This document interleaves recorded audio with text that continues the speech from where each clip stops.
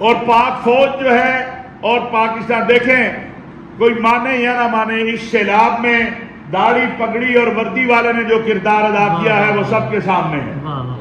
میں پوچھنا چاہتا ہوں، آج میرا یہ سوال ہے کہ وہ جو پاک فوج کو، وہ نواب اور سردار اور وڈیرے جو پاک فوج پہ تنقید کرتے تھے، آج وہ کہاں ہیں؟ کیا ان میں سے کوئی آپ کو نظر آیا ہے؟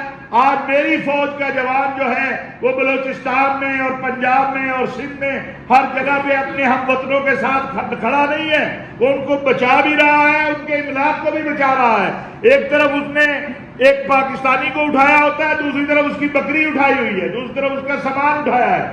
تو یہ بات واضح کرتی ہے کہ وہ جو ہمیشہ سازشیں کرتے ہیں کہ قوم اور فوج کو تقسیم کریں، ان کو نظر آنا چاہیے کہ قوم اور فوج ایک ہیں۔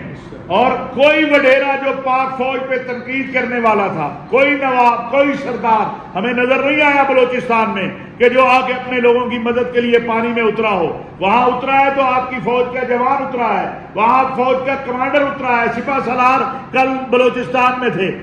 یہ بات واضح کرتی ہے کہ یہ قوم اور فوج ایک ہے۔ اسی لیے ہم چاہتے ہیں کہ سب مل کر، بجائے اس کے کہ اس وقت ہم اپنا اپنا علاقے تقسیم ہو جائیں، الخدمت والے ہیں، تحریک انصاف، مسلم لیگ، جماعت، جتنی بھی جماعتیں ہیں، علاقے تقسیم کر لیں اور اپنے اپنے لوگوں کی مدد کریں۔ جزاک اللہ خیر، بہت شکریہ۔